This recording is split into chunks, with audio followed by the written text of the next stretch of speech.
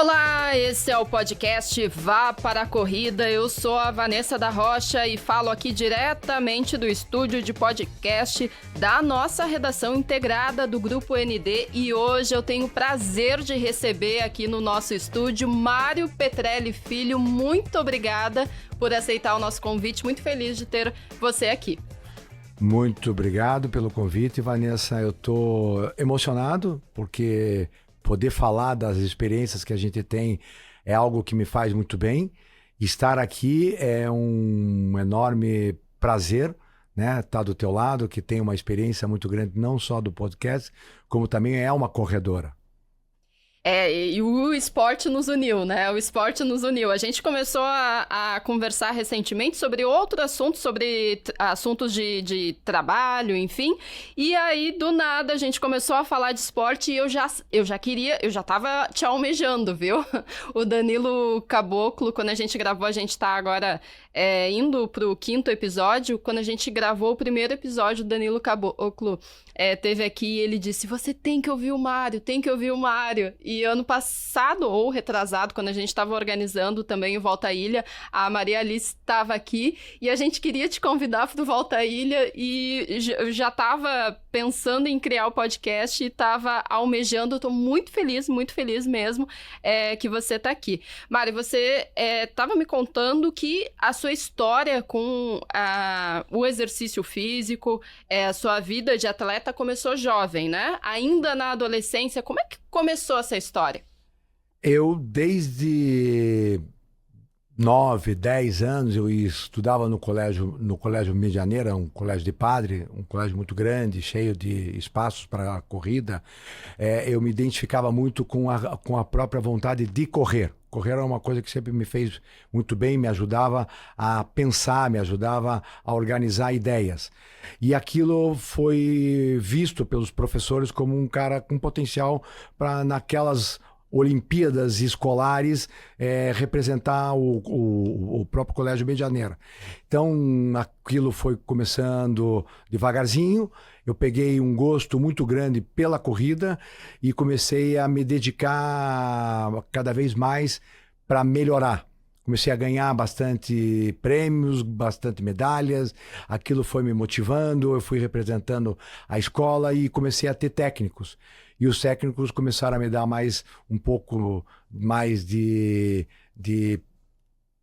performance, né? E aquilo foi evoluindo até que eu comecei a fazer parte da equipe paranaense.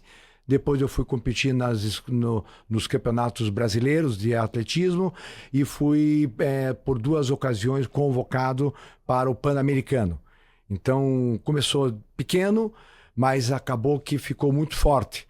E nas férias escolares, meu pai nos colocava, eu e meu irmão mais novo, para ir estudarmos no exterior. E fomos escolhidos para uma escola na Suíça, onde o esqui era um esporte muito preponderante. O filho do dono da escola era um esquiador muito competente naquela modalidade que eu peguei muito gosto, que era o downhill, aquelas descidas livres. E também, muito jovem, comecei a ter aulas de esqui, comecei a melhorar no esqui, me tornei um professor de brasileiros que iam para lá, ganhava dinheiro com isso. Quantos anos? Isso com 16 anos. Eu já era professor de esqui, já dava aula, já ganhava meu próprio dinheiro, já tinha a minha própria possibilidade de estender um pouco mais essa possibilidade de ficar esquiando e comecei a participar de competições, tanto na Europa quanto na América do Sul. Naquele momento você já almejava viver do esporte? 100%. Né? Tanto que a escolha das minhas escolas que eu frequentava tinha a ver, na minha concepção, se ela oferecia ou não condições do esporte. Então, todas as escolas que a minha família frequentou, a minha escola foi diferente. Era uma outra escola, porque era a escola que oferecia o esporte. Então, sim, eu pensava desde muito jovem a viver do esporte. Tanto que eu me emancipei mais cedo, com 16 anos, eu fui o único filho a me emancipar, porque eu fui convidado pela a equipe canadense de esqui a fazer parte da equipe Pro Ski, equipe de jovens que tornaria-se profissionais um dia. Então, na minha cabeça, o esporte era a minha vida. Era estudar, uma coisa que eu amo pra caramba, ler e estudar, e fazer esporte. Mário, agora você começou jovem. Quem te vê hoje sabe que você é atleta, né, do triatlo, enfim. A gente vai falar sobre corrida e a gente tá começando a falar do seu início, né? Você começou jovem, mas teve uma parada, né? Sim, quando eu não fui, quando eu não tive a permissão para ir para o Canadá, eu entendi que eu teria a permissão se eu tivesse autonomia financeira. E aí, com 16 para 17 anos, eu comecei a trabalhar em busca da minha autonomia financeira. Isso foi uma tônica, né? Eu sempre trabalhei sozinho, nunca trabalhei dentro do grupo. E eu fui em busca dessa autonomia, em função de um desejo, de um sonho de fazer do esporte a minha vida. E isso tornou-se um vício também, trabalhar, né? Eu acabei entrando no mercado financeiro. O mercado financeiro é algo extremamente consumidor, né? Eu peguei a época da transformação do mercado financeiro no mercado de commodities. Eu fiz parte da formação da BMF, hoje é uma das maiores bolsas do mundo, ainda muito jovem. Eu fiz parte do grupo do Collor para quebrar paradigmas, e o meu paradigma, a minha formação era quebrar os conceitos e as regras do mercado de grãos, acabar com o IAA, com o IBC, com as regras de cartórios, todos eles que faziam do Brasil um país ainda colonialista na questão do grão, e aquilo me tomou totalmente. Na hora que me tomou totalmente, o esporte desapareceu da minha vida. Entrou outro tipo de atividade, entrou cigarro, entrou dormir pouco, entrou trabalhar 16, 17 horas por dia, entrou viajar pelo Brasil inteiro, e nessa hora eu fiquei muito sedentário, completamente sedentário. Eu fui para quase 86 quilos, né? Um cara de 1,70 m com 86 quilos era um obeso, né? E isso aconteceu até perto dos anos 98, mais ou menos, anos 2000, quando eu comecei a frequentar muito os hospitais, com problemas cardíacos, com problemas de alta taxas de colesterol, altas taxas de distúrbios hormonais. E quando eu fui pela terceira vez para o INCOR, que é um hospital do coração, eu passei uma linha de corte. E aí eu abandonei essa atividade. Você estava o quê? Com uns 35 mais ou menos? Não, eu estava fazendo 29 para 30 anos de idade. Quando eu passo essa linha de corte, né, e eu volto para Florianópolis, volto para operar o direito, para terminar a faculdade de direito, para terminar a faculdade de administração, que eu tinha deixado ela de lado pela ansiedade das conquistas que eu estava tendo na área profissional. Quando eu volto para esse lado todo, eu descubro o câncer. Foi um dano, né, que esse período todo me trouxe. Além da questão desse descontrole fisiológico, né, eu descubro o câncer. E aí eu tenho um paradigma para mudar. O que eu faço?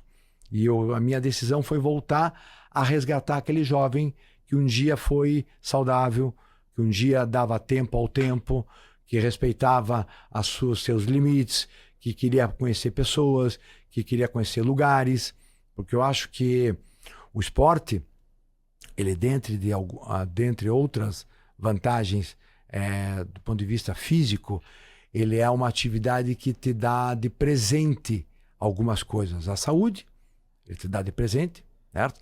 Ele te faz conhecer pessoas, ele é uma das poucas atividades que te oportuniza você a conhecer pessoas e te oportuniza a conhecer lugares.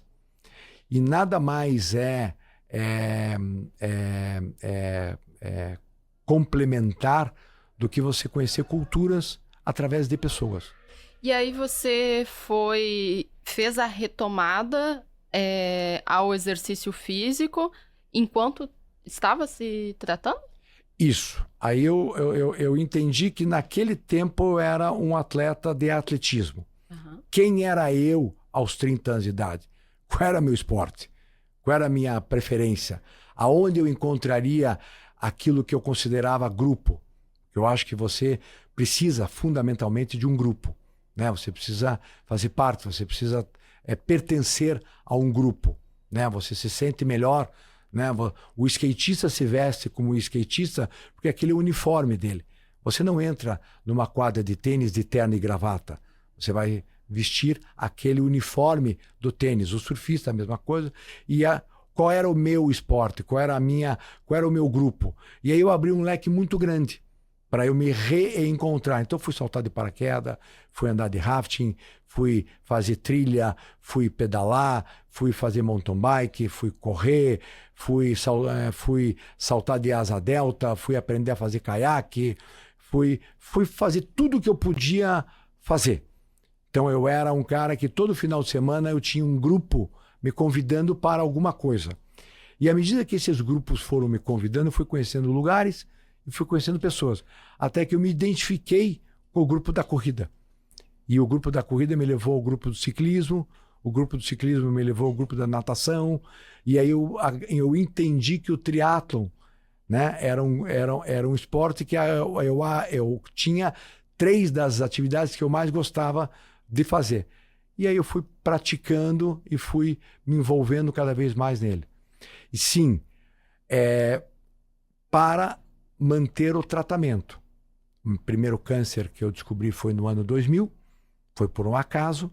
Eu fiquei muito assustado com a forma como o médico deu o diagnóstico.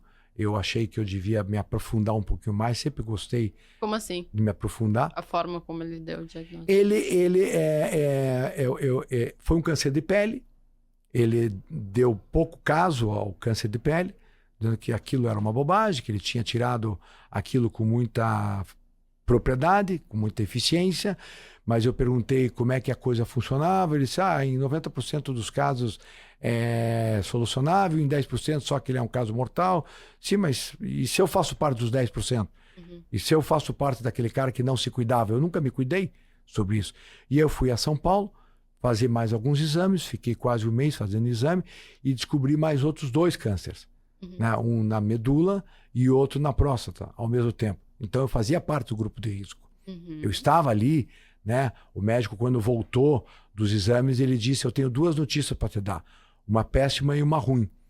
Né? A péssima era que eu tinha mais outros 2 cânceres, além do que aquele, que já tinha se alastrado e já estava tomando meu joelho inteiro, já estava tomando minha parte óssea, né, em apenas um mês.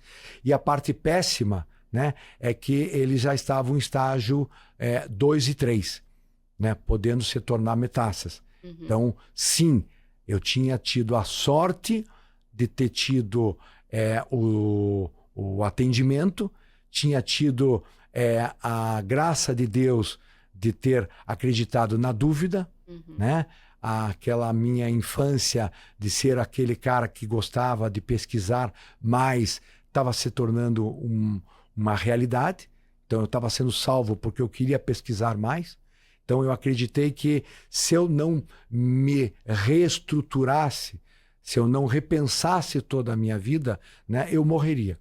Não bastava eu estar na mão de um bom profissional, não bastava eu estar na mão de um bom hospital, e não bastava eu ter dinheiro, porque o que faria eu viver era repensar toda a minha vida. E aí eu olhei para o lado e vi que eu estava gostando do esporte e que o esporte poderia ser um meio de transporte, né, para esse trabalho. Né? Quando você tem um câncer, né, eu dei algumas palestras ali no Centro Espírita, né? A gente, quando chegava a minha hora de falar, as pessoas que me antecediam diziam assim, quando eu me curar, quando eu vencer essa etapa, quando eu sair daqui, quando chegava a minha hora, eu dizia que na vida não é assim. Né? A vida você tem. E se você tem, você não tem o que fazer com o que você tem. Você tem que aproveitar todo momento enquanto você está usufruindo do bem e do mal. Você aprende em todas as horas. Tanto no bem quanto no mal, você está sempre aprendendo alguma coisa. Então, se você não der tempo para usufruir dessa lição, você não vai sair dali com nenhum aprendizado. Então, o que eu faço com a minha doença? Eu tenho que aprender sobre ela. E o que eu tenho que fazer todos os dias? Pensar sobre ela. E o esporte era um momento que é onde eu tinha tudo isso. Eu tinha o tempo, eu tinha as pessoas, eu tinha tempo para chorar, eu tinha tempo para ter angústia, eu tinha tempo para desejar, eu tinha tempo para vitória, eu tinha tempo para derrota, eu tinha tempo para treinar. E era exatamente isso que eu tinha que fazer na minha vida. Como que foi conciliar o tratamento com o esporte, assim? Foi uma maravilha. Eu acho que foi um presente. Eu não acho que isso tenha sido um problema. Eu acho que eu sou o que eu sou hoje porque eu fui de uma pessoa que teve essa doença, né? Eu acho que ela me ensinou a sobreviver, me ensinou a viver, me ensinou a respeitar a vida, me ensinou a respeitar o próximo, me ensinou a respeitar onde quer que eu esteja, me ensinou a, quando eu estar viajando, a prestar atenção no visual que eu estou tendo, né? Então, se eu estou fazendo quimioterapia, eu estou fazendo quimioterapia, eu tenho que vivenciar aquele momento. O corpo nosso, ele é feito, ele é um composto de átomos, ele é um composto de energia. Então, se a minha energia estiver focada para a cura, eu me curo melhor naquele momento, daquele câncer. Nós estamos em 2023, são 23 anos, foram 22 tumores que eu já retirei, né? Eu todo ano entendi que eu tinha que dar para mim, né, uma coleta de exames, uma coleta de informações. Então, eu 2 vezes por ano faço um check-up.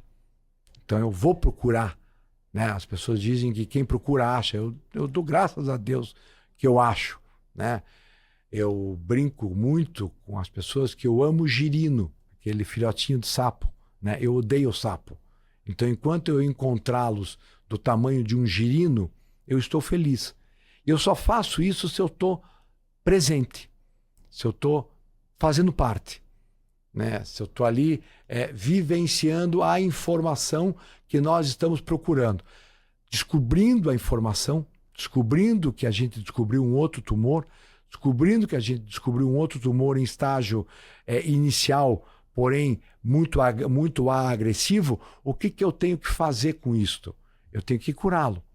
E eu tenho que dar tudo que eu puder dar de mim para curá-lo. E aí eu tenho que dar a minha vontade, eu tenho que dar a minha paixão, eu tenho que dar a minha experiência, eu tenho que compartilhar com outras pessoas que tenham igual ou que nunca tiveram esse tipo de doença, mas tiveram outras doenças, tiveram outras comorbidades. A perda de alguém é uma experiência muito grande. Na hora que você compartilha isso, você consegue focar melhor. E aí, quanto tempo levou? Por enquanto está levando 23 anos. Eu, quando digo para as pessoas, eu não tenho a menor pressa de achar que eu estarei curado. Eu não acredito que eu estarei curado. Eu acredito que eu tenho, né? Eu acredito que eu nasci com isto. Então, se eu nasci com isso não é um problema. É uma solução, desde que eu acredite que eu faço parte, o quê? Pesquisar, investigar, conviver, administrar, ser feliz, feliz porque eu curei dessa vez, com a mesma felicidade que eu termino uma corrida, com a mesma felicidade que eu volto para casa depois de 2 horas correndo e eu vou tomar banho. Aquela felicidade quando você está lá no banheiro, tomando um banho, depois de correr 2 horas, é a mesma felicidade que eu tenho quando o médico diz, olha, conseguimos tirar. O esporte, ele ajuda na nossa consciência corporal e também no nosso estado emocional, né? Acho que especialmente, acho que por vários motivos, mas também tem a questão biológica, o equilíbrio hormonal, aquele bem-estar, né? Como que isso agiu no teu corpo? Quando a gente olha para um livro que tem 700 páginas, né, a gente se desespera e não acredita que vai ser capaz de ler 700 páginas. Quando você olha uma estrada, né, você não acredita que você vai ser capaz de correr 5 quilômetros, para quem nunca correu. Depois que você começa a ler o livro e vai se despertando do prazer do que está ali dentro, vai mergulhando ali dentro, você percebe que 5 é pouco e você quer correr 10. Você percebe que 10 é pouco, você quer correr 21. Você percebe que você já correu várias vezes 21 e que você quer pegar um avião e correr 21 quilômetros em outro território, com outras pessoas, certo? Então, esse é o aprendizado. É isso que você aprende, que você recebe de presente quando você tem uma comorbidade. E essa comorbidade pode ser quando você perde um ente querido. Né? Qual é a lição que você tem quando você perde? Né? Uma delas é, puxa, eu poderia ter feito mais do lado dele. Eu poderia ter dito mais coisas, eu poderia ter aprendido mais, eu poderia ter convivido mais. Eu acho que essa lição corporal tem muito, eu acho que quase 100% a ver com o tempo. Eu acho que o maior patrimônio que uma pessoa tem na vida é o tempo. Algumas pessoas no final do ano dizem assim, quem tem dinheiro tem tudo, quem tem saúde tem tudo. Então, se você tem saúde, se você tem dinheiro, você tem tudo. Eu discordo radicalmente disso. Né? Você pode ter tudo isso e você não ter tempo. Você atravessar a rua, um carro passar e você perdeu tudo. Né? Você acabou de se formar, você conseguiu o melhor emprego, você encontrou a mulher da tua vida e alguma coisa foi lá e tirou de você isto, tirou o tempo. Então, a maior preciosidade que nós temos é o tempo. E se você não tiver um processo, se você não se dedicar, você não usufrui do tempo. O tempo é feito de 24 horas. A gente precisa dormir 8 horas. A gente precisa fazer alguma outra parte com os outros 2/3. A pergunta é, você está aproveitando o tempo? Quando você está viajando de carro, você está aproveitando a tua trajetória? A gente tem usado muitas frases, assim, as pessoas têm repetido algumas frases que parecem frases tolas, mas elas não têm nada de tola. Elas são 100% profundas.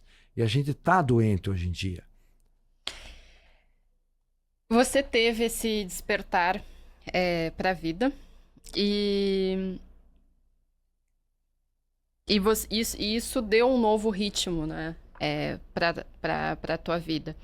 É uma sabedoria que às vezes muitos de nós vivemos a 1000 por hora, vivemos uma vida inteira e muitas vezes a gente não tem esse despertar. Às vezes a gente não tem. E eu tô falando de todos nós. Vou dar um exemplo prático. A gente está falando do tempo. Por exemplo, uma família. Vamos pegar um pai que está lá focado em sustentar a família. Ele está, a minha responsabilidade. Ele trabalha o dia todo, chega cansado. Estou cuidando da família.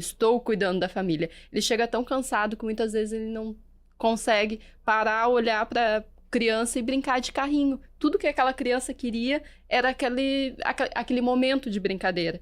Então, ele acabou utilizando o tempo dele focado no trabalho, né? Muitas pessoas hoje não correm. Não tenho tempo.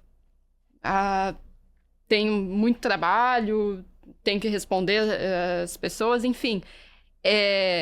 Na verdade, no meu ponto de vista, não existe não ter tempo. É a gente que administra o nosso tempo e decide o que a gente faz com ele, né? E eu vejo que você tem toda essa sabedoria em relação ao tempo, todo esse despertar. Como é que você faz para passar todo esse conhecimento com... não sei se humildade é a palavra, porque você não jorra aquele conhecimento na cara das pessoas. Você faz isso com muita sabedoria e humildade. Como é que você desenvolveu isso? Eu acho que, primeiro, eu diria amor à vida, né? E eu acho que mais do que amor à vida, eu digo para mim mesmo que eu tenho fome de viver. Eu acho que o meu lema de vida é ter fome de viver. Eu, quando me separei, minhas filhas eram muito jovens. O grande despertar veio aí. Elas tinham 2 e 3 anos de idade. Eu sou extremamente apegado às minhas 2 filhas. Foi na mesma época? Na mesma época do câncer. Uhum. Então, as coisas foram juntas. Uhum. E isso que você falou sobre tempo. Quando você chega em casa, quando um pai chega em casa, o filho está lá com aquele brinquedinho, com aquele desenho que ele se empenhou para fazer, e vai correndo para o pai e diz assim, pai, quero dar uma olhada. E a resposta padrão do pai é, estou cansado, me dá 5 minutos para me recompor, daqui a pouco eu brinco contigo. Aquela criança que pediu para o pai 5 minutos, se o pai desse 100% da dedicação, talvez a criança nem ocupasse os 5 minutos. Talvez em 2 minutos ela já estava de saco cheio do pai e já queria brincar com outro brinquedo, né? Porém, a diferença está em você estar 100% presente. Então, o segredo, eu acho que de todos nós, é você estar 100% presente em qualquer ambiente, em qualquer lugar, em qualquer coisa que você faça. E quando você diz se eu sou desse jeito de falar ou não, eu tenho um amor pelo que eu aprendi. Eu tenho um amor pelo que eu estou aprendendo. Mas eu tenho um amor muito maior por aprender. Muito maior por ouvir os outros. Que eu acho que faz com que o que eu aprendi se componha de verdades, reciclem. Eu acho que todos nós não somos donos de nada. A gente apenas é passageiro. E a gente tem que compartilhar. E se você está disposto de verdade, a dar aqueles minutos para o teu filho, você está de fato, de verdade, disposto a correr. Você está de verdade disposto a dizer o que você aprendeu. E você está de verdade disposto a ficar quieto, porque você está disposto a ouvir alguém que acabou de voltar de uma viagem e tem alguma coisa para te contar. Ou acabou de vir da maternidade e quer compartilhar com você a experiência de ser pai pela primeira vez. Então, quando você abre seu coração e tem fome, porque ela é passageira, né? A vontade, ela é passageira. A fome não. A fome é uma necessidade. Você precisa comer todos os dias. Você precisa comer 3 vezes ao dia.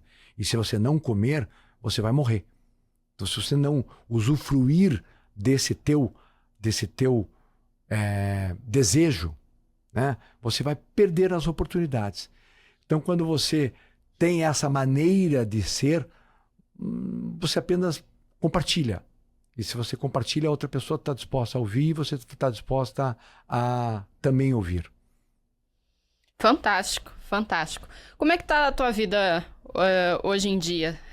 Como você tem se relacionado com o esporte hoje em dia?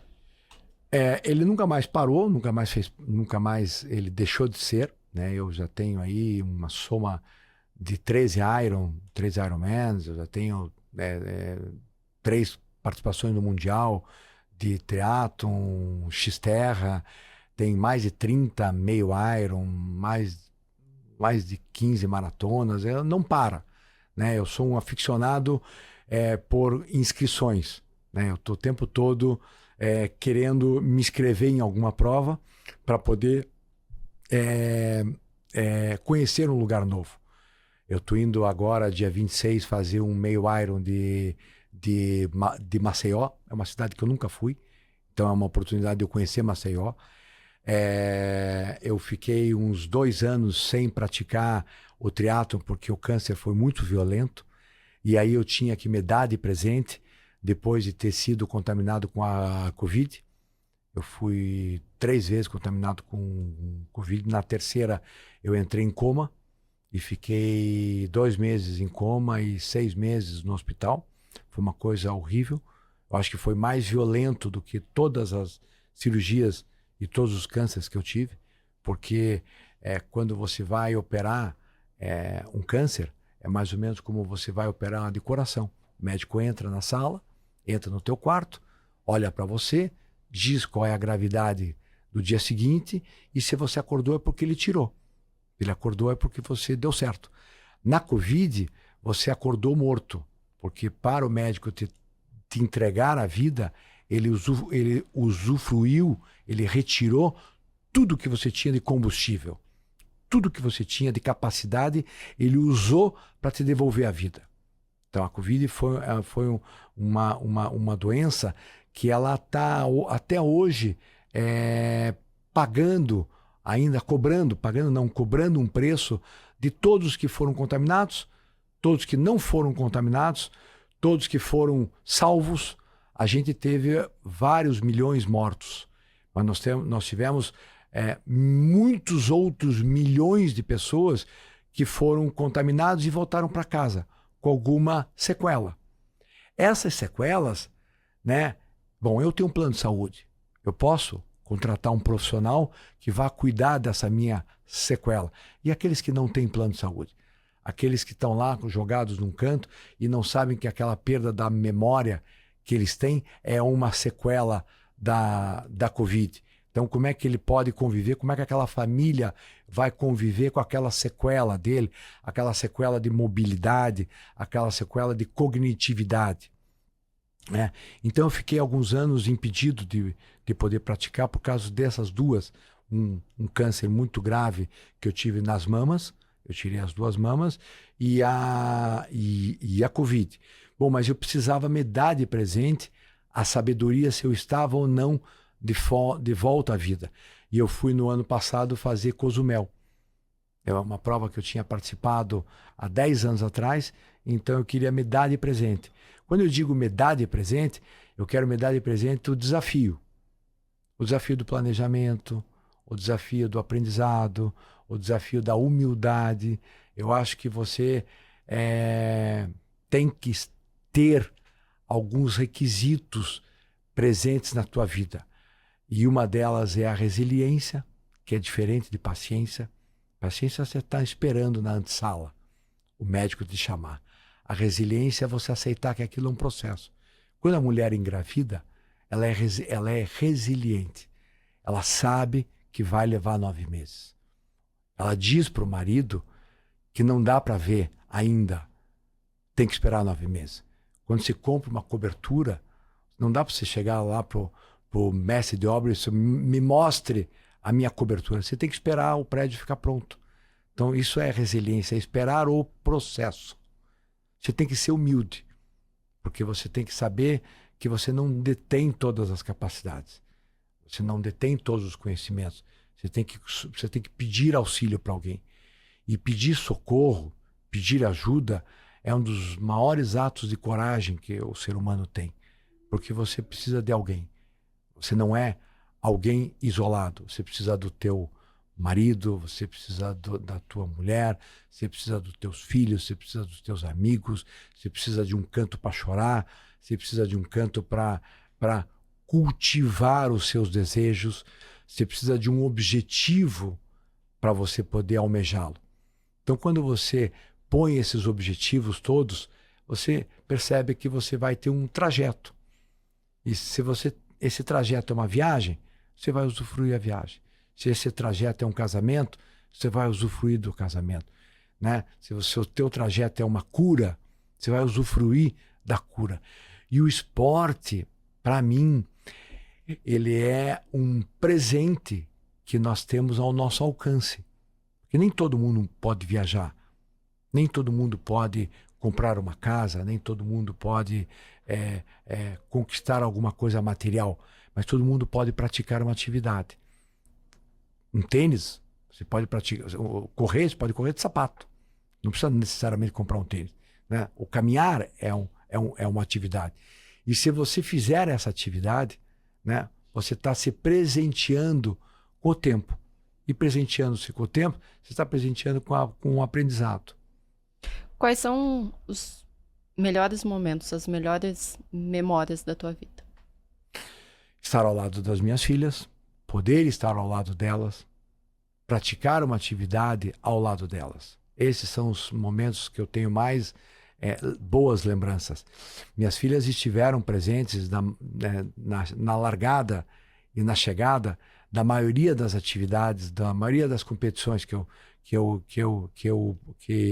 pratiquei. E mesmo aquelas que eu pratiquei fora do Brasil, eu desligava o telefone falando com elas como a última mensagem, e a primeira mensagem que eu dava era quando eu terminava aquela competição. Então os melhores momentos são compartilhar todas essas atividades ao lado das minhas filhas. Que lindo, que lindo, que lindo, que lindo. Queres deixar um recado final? Poderia, né? Não só quero, como poderia, Eu acho que todos nós deveríamos ter fome de alguma coisa. E todos nós deveríamos procurar dentro de nós mesmos o que nos satisfaz. Qual é o nosso grande prazer? Eu chamo isso de hobby. Eu acho que todos nós devemos ter obrigatoriamente, e aí eu chamo essa palavra obrigatoriamente, um hobby. Pode ser cozinhar, pode ser pescar, pode ser dançar, pode ser, para mim, o esporte, né? Mas procure isso dentro de você, né? Descubra o que te dá prazer como indivíduo. Porque se você olhar, nós somos várias pessoas dentro de um único só. Eu sou o Mário profissional, eu sou o Mário pai, eu sou o Mário filho, eu sou o Mário irmão, eu sou o Mário Mário, eu sou o Mário atleta. Que horas você é você sozinho? Porque você, na verdade, nasce sozinho, vai viver sozinho e vai morrer sozinho. Você, ao longo da vida, vai compartilhar isso com pessoas. Mas você, individualmente, acorda sozinho, pensa sozinho, executa teus pensamentos sozinho, decide sozinho e morre sozinho. Então, o que você vai fazer com você mesmo? Então, minha mensagem é: descubra quem você é. Ame a quem você acaba de descobrir e cuide desse alguém. Fantástico, fantástico. Vou deixar esse podcast salvo aqui. De vez em quando eu vou ouvir. Foi fantástico. Muito obrigada, Mário, por compartilhar a tua história conosco. Se desse, a gente ficava horas e horas e horas e horas falando. Acho até que podemos retomar e fazer outros podcasts, enfim. Foi fantástico te receber aqui, agradeço muito. Muito obrigado, e que as trilhas sejam cada vez mais longas. Como a vida da gente é longa. É verdade. Obrigado. Esse foi mais um episódio do podcast Vá para a Corrida. Obrigada pela audiência e até a próxima.